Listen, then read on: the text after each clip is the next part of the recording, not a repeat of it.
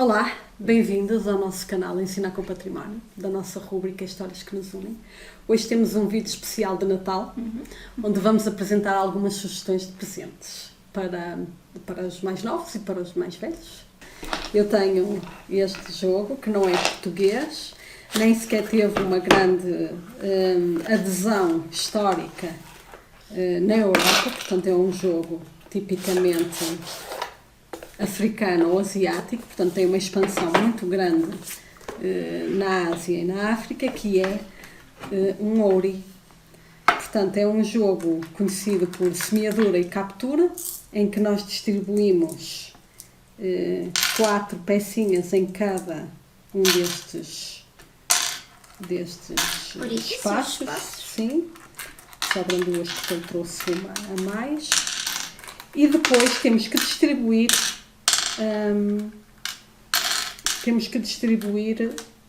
as pecinhas pelo jogo e apanhar. Portanto, distribuímos e apanhamos. E, portanto, é um jogo de cálculo mental, de probabilidades, e é também um jogo muito interessante para jogar a 2 jogadores. Aqui já é diferente porque não permite jogar...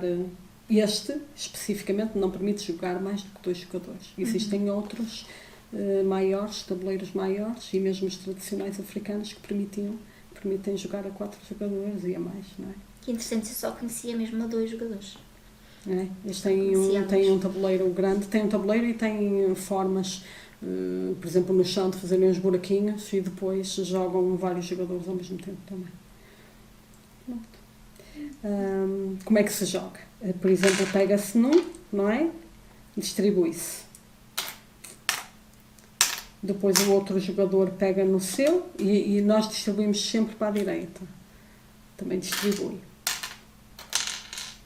Quando é que se faz a captura? Quando, por exemplo, imaginem que temos aqui temos aqui 2. Quando eu distribuir, imaginem que eu estou a distribuir este daqui, tem 4, distribuo 1, 2, 3, 4, 5, até tinha 5. Porque dá bocado. Então eu vou apanhar este que tem 3, vou apanhar o que tem 2, vou apanhar o que tem 2 e meto aqui. Porquê? Porque eu apanho todas as casas que tiverem 3 ou menos. Pronto. E é assim até se concluir. Até um jogador ganhar ou até haver um empate, não é? Pronto, é um jogo muito simples, mas que tem alguma estratégia, que exige alguma estratégia, que não trabalha a sorte, trabalha só o pensamento, não é? O cálculo, e por isso acho que é muito interessante. Exato, porque eu tenho que estar sempre atento aos espaços do outro. Sim. Para além de estar atento aos meus, eu aos que quero capturar dos meus, mas impedir que o outro também capture os dele. E as sementes, que no caso do africano são mesmo sementes, nunca são nossas. Só são nossas quando as apanhamos, porque na verdade elas, quando estão no jogo, são de qualquer um dos jogadores. Portanto, elas só são nossas, essa é uma característica muito interessante, só são nossas quando as apanhamos. Quando não as apanhamos, estão em jogo. Podem vir a ser ou podem nunca ser. E pronto, é um jogo africano que no fundo é trazer outra cultura para nós, não é?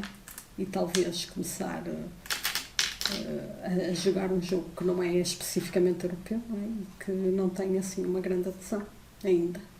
Exatamente.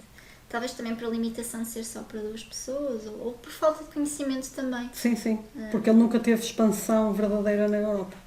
Este tipo de jogos tem uma expansão muito pequena na Europa, mas tem uma grande adesão tanto em África como na Ásia. O que é estranho, não é? Porque a Europa recolheu tanta cultura estrangeira, especialmente a africana, não é? Sim. E há tanta gente proveniente, aliás, quase todos nós somos provenientes da África, não é? Ou todos nós somos. E, por exemplo, o xadrez, que no fundo a Europa, os países ocidentais jogam muito, tem uma origem asiática, não é? Tem uma origem da Índia, portanto as origens do xadrez são muito antigas e, no entanto, depois teve uma grande adesão, mas este não conseguiu passar. Este não foi um jogo, era um jogo jogado pelos negros, pelos escravos, e portanto não passou Talvez tanta por isso, pelo facilidade. preconceito, né? Sim. Que os escravos é que jogam esse tipo de jogos. Sim, sim. E é um jogo muito interessante, como tu disseste, a nível de cálculo mental, de estratégia, de probabilidade e muito de antecipação, né? De ver o que é que o outro vai fazer. Nós temos de estar algumas jogadas à frente para conseguir ganhar. Sim. E ter mais sementes. Sim. Pronto.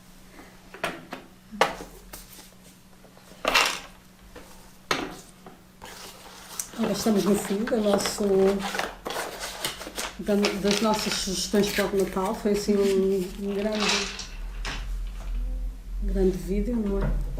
Sim, espero que tenham gostado das nossas sugestões, que sigam algumas, que tragam cultura para a vossa ceia, além daquela que já têm, e que tragam também outro tipo de exemplos e de diversão e de tempo passado em família, porque no fundo, quando nós apresentamos aqui as histórias, é isso, de ler histórias, da importância de ler histórias em família, da importância que é de nós passarmos tempo com aqueles que nós gostamos, e os jogos de tabuleiro também são isso mesmo, acaba por ser um espaço de convívio e de relacionamento, porque nós não estamos só a treinar competências de aprendizagem, não estamos só a treinar competências mentais, mas também estamos aqui a exercitar competências sociais, de relacionamento, o saber perder, o saber esperar, o saber comunicar, não é? Tudo isso é importante no nosso relacionamento social, e acho que isso também é importante nós aqui ressalvarmos, de que as nossas sugestões também são isso, não é só aprender sobre património, sobre cultura, não é só treinar cálculo mental e estratégia. Sim. É, no fundo, divertirem-se naquele momento, porque Exatamente. o jogo traz esse aspecto lúdico, não é? O jogo tem que ter esse aspecto lúdico das pessoas se divertirem juntas, não é? De passarem tempo juntas. Sim. E tempo positivo. Sim. Pronto. Obrigada por terem estado connosco, e vemo-nos na próxima semana, e até breve. Até breve. E bom Natal! É isso, bom Natal!